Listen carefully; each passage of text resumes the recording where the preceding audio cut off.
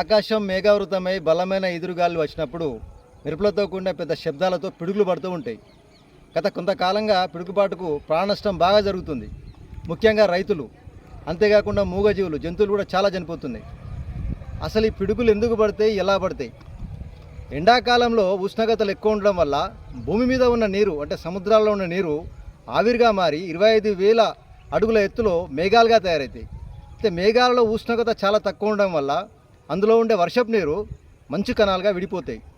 అయితే బలమైన ఎదురుగాలు వచ్చినప్పుడు అవి ఒకదానితో ఒకటి రాపిడి చెంది ఎలక్ట్రిక్ ఛార్జ్, విద్యుత్ శక్తి అనేది జనరేట్ అవుతుంది. అయస్కాంతంలో ఉత్తర దక్షిణ ధ్రువాలు ఆకర్షించుకున్నట్టుగానే రెండు మేఘాలు ఎదురెదురుగా వచ్చినప్పుడు అందులో ఆకర్షణ అనేది మొదలవుతుంది.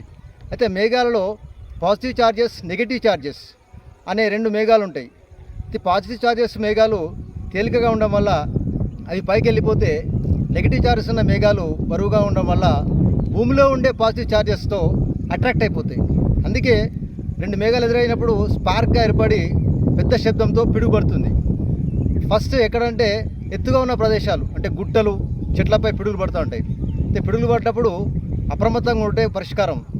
ఇందులో హై వోల్టేజ్, అంటే 15 to 20 crores, 15 నుంచి 20 కోట్ల వోల్ట్స్ ఉంటుంది. కాబట్టి పిడుగు పడ్డప్పుడు చాలా ప్రమాదకరం.